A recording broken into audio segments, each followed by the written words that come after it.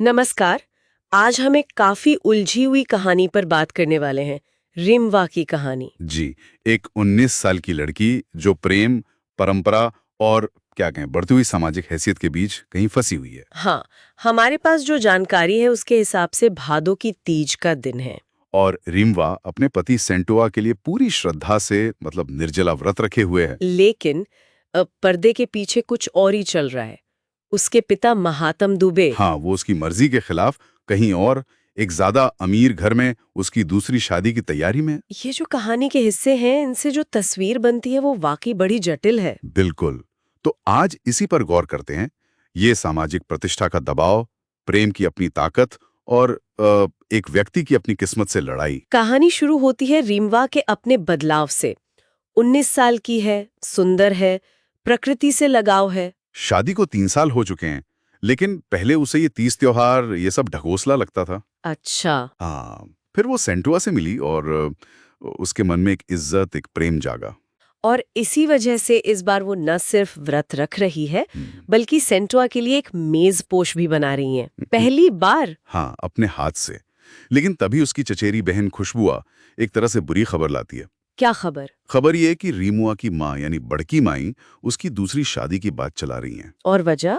वजह साफ है, सेंटुआ का परिवार अब उनके स्टेटस का नहीं रहा, ऐसा वो मानती हैं। और ये बात तब और पक्की हो जाती है जब सेंटुआ के घर से वो फेंकू हजाम आता है ना, तीज का सामान लेकर। बिल्कुल। और फेंकू खुद हैरान है रीमुआ के घर का बदला हुआ नक्शा देखकर। नया मंजिला मकान, महंगी गायें। वो तो बेचारा सोच रहा था कि शुकुल जी को अब गवने में अच्छा दहेज मिलेगा। पर महात्मा दुबे का मूड बिल्कुल अलग था। वो फेंकू को देखते ही जैसे भड़क गए। सामान वापस ले जाने को कह दिया। सिर्फ सामान लौटाना नहीं था ये तो अपनी बड़ी हुई हैसियत का एक तरह से प्रदर्शन था। 50 रुपए देकर जैसे बेइज्जत करने की कोशिश की। पर फेकू भी स्वाभिमानी निकला, पैसे ठुकरा दिए और कहा कि शुकुल जी का दिल दुबे जी के घर से ज्यादा बड़ा है। एक ताना भी मारा उसने, है ना, गांव का नाव अनहारी बारी। ओहुम करे का पल्लो नाही, नाम बड़े और दर्शन छोटे। ये सब रीमुआ के लिए तो बर्दाश्त से बाहर था। बिल्कुल। पिता और वो दबंग भाई किशोर, उनके डर से वो कुछ बोल ही नहीं पाई, बस कमरे में बंद होकर रोती रही। किशोर तो इसे नौटंकी समझ रहा था। हाँ, बस भाभी पार्वती थोड़ी हमदर्दी रखती है, पर वो भी क्या करे, मजबूर है। और इस सब टेंशन का, व्रत का असर रिमवा की सेहत पर पड़ा। जी, चिंता में कुछ खाया पिया नहीं, चक्कर खाकर गिर पड़ी, सर पर चोट भी लगी। लेकिन इतनी तकलीफ के बाद भी उसका इरादा पक्का था। हाँ, उसने भाभी से कहा, हमरे लिए दूसरा ब्याह करना असंभव है भाभी। सिंदूर इतना सस्ता नहीं कि जब चाहे जिससे मांग भरवा लें। ये बहुत बड़ी बात है। ये उसका अपना प्रतिरोध था। बिल्कुल। उधर जब फेंकू ने ये खबर शुकुल परिवार को दी तो वहां तो जैसे सन्नाटा छा गया। शुकुल जी, शुकुलाइन, सेंटुआ सब हैरान। स्तब्ध। समाज में बेइज्जती का डर भी था, लेकिन अपने संस्कारों पर भरोसा भी था। शुकुल जी ने कहा भी, दुबे के पास पैसे का जोर है तो हमारे पास सच की ताकत। और सेंटुआ? सेंटुआ टूट गया था, पर रिमवा को खोना नहीं जाता था। उसे उसका चेहरा, उसकी आंखें याद आ रही थीं। वो कानूनी रास्ते के बारे में भी सोचने लगा। यहां से लड़ाई का एक नया दौर शुरू होता है। हाँ, क्योंकि रिमवा भी चुप नहीं बैठी। उसने अपनी सहेली गौरी और उसके दोस्त अभय की मदद से सेंटुआ तक एक चिट्ठी पहुंचाई। अपने प्यार का यकीन दिलाया। जी। और खत पाकर सेंटुआ की भी हिम्मत बढ़ी।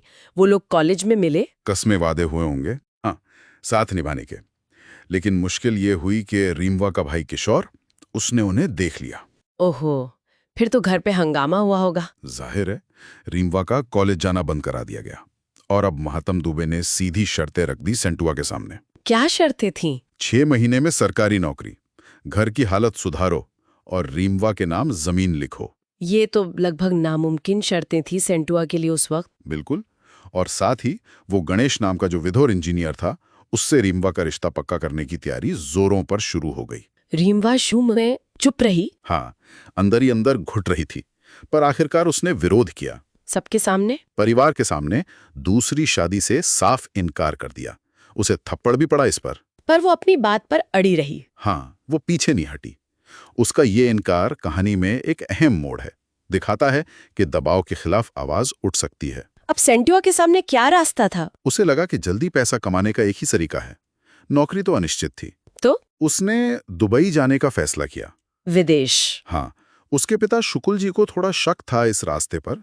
लेकिन सेंटुआ अपने प्यार के लिए ये जोखिम उठाने को तैयार था। तो कहानी हमें एक ऐसे मोड़ पर छोड़ देती है जहां रीनवा घर में लगभग कैद है, उस पर दूसरी शादी का दबाव है। और दूसरी तरफ सेंटुआ एक बहुत बड़ी अनिश्चित चुनौती लेकर विदेश जाने की तैयारी में है।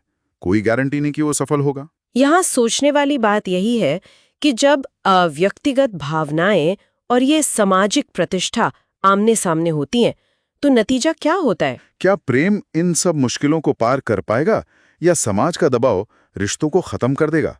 ये सवाल बना रहता है। ये वाकई एक गहरा सवाल है। परंपरा और ये जो नई सोच है, इसके टकराव में इंसानी रिश्तों का क्या भविष्य है? बिल्कुल। इसी सवाल के साथ आज की बात खत्म करते हैं। अगली बार फिर मिलेंगे एक नई कहानी और उसके गहरे विश्लेषण के साथ। नमस्कार। नमस्कार।